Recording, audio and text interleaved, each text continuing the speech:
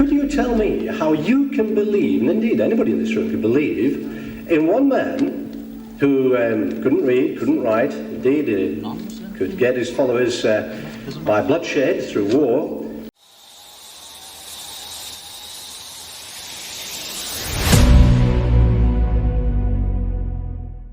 Assalamualaikum warahmatullahi wabarakatuh. Selamat datang kembali. Kali ini, kita akan membahas sebuah momen yang menarik dari ceramah Syekh Ahmed Deedat di Bradford, Inggris. Dalam acara itu, seorang guru Nasrani mengajukan sebuah pertanyaan yang cukup kontroversial. Ia mempertanyakan, mengapa umat muslim mengakui Muhammad sebagai nabi? Padahal beliau seorang yang tidak bisa membaca dan menulis dan menyebarkan ajarannya melalui pertumpahan darah dan perang. In fact, I'm a teacher, and in my classroom, I've got a television which is fixed to the wall. And on the top of the television, there's just room to put the Quran, because I respect, I've got Muslim children in my school, and I put the highest, I know you respect your book, you want to put it in the highest place. So I do that, I put it in the highest place. Now, what I'm saying to you is this, you've not really given, in my opinion anyway, the Christian loving and forgiving, these are the two essential things, although you denigrate forgiveness for some reason, as highly as I would. But more than that, perhaps you answer this point. Muhammad, you talked a lot about Jesus, you talked a lot about our holy book. We're not talking much about Muhammad, or indeed the Quran too much, apart from the missionary aspect of it. Could you tell me how you can believe, and indeed anybody in this room could believe, in one man who couldn't read, couldn't write, indeed could get his followers by bloodshed through war, how you can believe that that man was a follower of God, let alone a prophet of God, and to accept all his teachings as you do so glibly, and yet reject Christianity and the holy book of Christianity so easily as well. Pertanyaan seperti ini bukanlah hal baru. Sebagian orang, terutama para pembenci Islam, seringkali menghina Nabi Muhammad dengan alasan ini. Mereka mencoba mencari-cari alasan untuk menolak kebenaran. Dengan menyebutkan bahwa seorang nabi yang tidak bisa menulis dan membaca tidak mungkin bisa menjadi utusan Tuhan. Namun, justru melalui pertanyaan ini, kita akan menemukan bagaimana sebuah jawaban yang cerdas dan penuh hikmah bisa mengungkapkan kedalaman pemahaman akan kebenaran Islam. Mengapa umat Islam tetap percaya bahwa Nabi Muhammad adalah utusan Tuhan, meskipun banyak yang merendahkannya karena alasan tersebut? Mari kita simak penjelasan mendalam dari Syekh Ahmed Deedat, dan bersama-sama kita gali bagaimana sejatinya kebenaran ini dapat diterima dengan hati yang terbuka.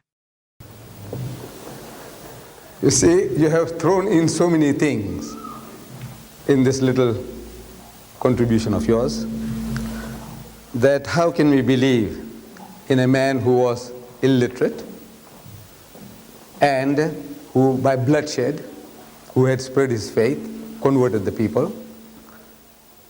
Now, with regards to the man being unlearned, this is a fulfillment of the prophecy in your book. A fulfillment. The book of Isaiah, chapter 29, verse 12. It says there, and the book is given to him that is not learned. A book, please. The book is given to him that is not learned, saying, read. And he says, I am not learned. Now, if you look for in the religious history of man, in the Bible, you will never find an occasion where any prophet of God, when given the message of God, he says, I'm not learned.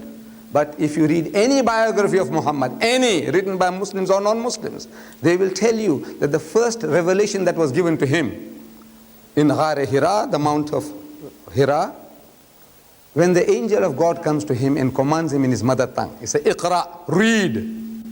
And Muhammad says, Ma ana biqari'in. He said, I'm not learned. So the angel of God commands him a second time, Iqra, read. And again he says, Ma ana biqari'in. He said, I'm not learned. For the third time, the angel of God embraces him hard, and he says, Iqra bismi rabbika alladhi khalaq. Now he grasps the message, that what he was required to do was to repeat. Because this Arabic word Iqra means to read, to recite, to rehearse, to repeat. And he repeats the words as they were given to him. Iqra bismi rabbika allazi khalaq. Read in the name of the Lord and Cherisher who created. Khalaq al-insana min alaq. Say, he who created man from a mere clot of congealed blood. Ikra wa rabbukal akram. So read and the Lord is most bountiful. So he says, Ikra wa rabbukal akram. So allazi allama bil kalam. So he who taught the use of the pen. So he says, allazi allama bil kalam. So allama al insana ma lam ya'lam. Taught man that which he knew not. Pertemuan Nabi Muhammad di Gua Hira adalah momen awal turunnya wahyu Allah kepada beliau. Peristiwa ini terjadi ketika Nabi berusia 40 tahun dan sedang menyendiri untuk beribadah serta merenung di gua tersebut. Malaikat Jibril mendatanginya dan menyampaikan perintah, Ikra, bacalah. Rasulullah yang tidak dapat membaca, menjawab, aku tidak bisa membaca. Setelah diulang sebanyak 3 kali, Malaikat Jibril menyampaikan 5 ayat pertama dari surah Al-Alaq, yang menandai dimulainya kenabian dan turunnya Al-Quran. Peristiwa ini menjadi tonggak penting dalam sejarah Islam. The very fact that the man is unlearned is a proof that this book is the book of God. You misunderstand the point I'm making. Let me finish. All right. That this book is the book of God. An illiterate man, a man who can't read or write. Excuse me, look, don't disturb the gentleman. This man can't listen to 2 persons at the same time. Nobody can. So, the very fact the man can't read or write, and he produces a book of this nature, giving solution to all your problems. All your problems. This is a challenge. I said, look, come on, man, you have problems. You have 4 million women in England today who can't get husbands. Even if every Englishman got married, it will never happen. You got 4 million of your sisters and your aunties and your cousins, they can't get husbands. What is the answer? I said, this book gives you the answer. Problem of alcohol, you have no answers. 2,000 years you are fumbling. This book gives you the answer. I could answer that by saying, what about the kidnapping in Lebanon, which was done by Muslims? What about the Iraqi-Iran war, which is done by Muslims? What about all the others? No, listen, you misunderstand the point I'm making. I'm making the point that I'm not trying to denigrate Muhammad. I wouldn't do that in an audience like this. Brother, Muhammad, I will listen to you, but why not let me finish it? Let me finish. Look, you are the principal. Yes. You are the principal of a school, and you know. So look, you asked a question. Let me finish. We'll give you a chance again. Pria tersebut menunjukkan sebuah sikap yang mencerminkan penolakan untuk mendengar atau mempertimbangkan jawaban yang logis dan berdasarkan fakta. Menyela ini mencerminkan penyakit yang sering terjadi pada mereka yang menolak kebenaran, yaitu enggan mendengarkan dan lebih memilih mempertahankan keyakinan tanpa dasar yang kuat. The second charge, that he spread his religion by bloodshed. You see, you know your great men. Thomas Carlyle, you heard about him? One of the greatest thinkers of the past century. In 1840, in England, he delivered a series of talks on heroes and hero worship. And you know whom he chose as his hero prophet? Muhammad. You know that, sir? Muhammad, his hero prophet. Not David, not Solomon, not Moses, not Jesus, but Muhammad as his hero prophet. Your man, Thomas Carlyle, and he defends Muhammad. Listen to him. After all, look, who was bribing him to say the things that he was saying? I want you to tell me. He said, look, some Arabs bribed him in 1840 here in England. When the Arab world, the Muslim world was down in the gutter, the whole lot of it. This Englishman, or Britisher, Thomas Carlyle, he says about this accusation of yours, sir, the sword. He said, the sword indeed. But where will you get your sword? He said, every new opinion at its beginning is precisely in the minority of one. In one man's head alone, there it dwells as yet. It is one man against all men. That he take a sword and try to propagate with that will do little for him. He said, first you must get your sword.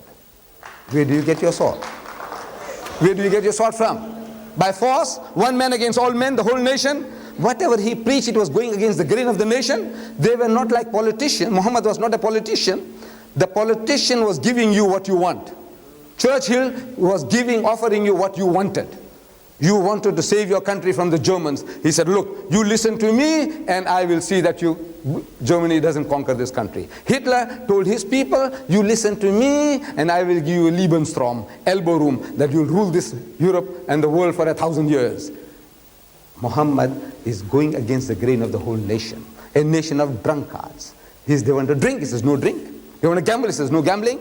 They want endless, limitless number of wives, he says no, limit them.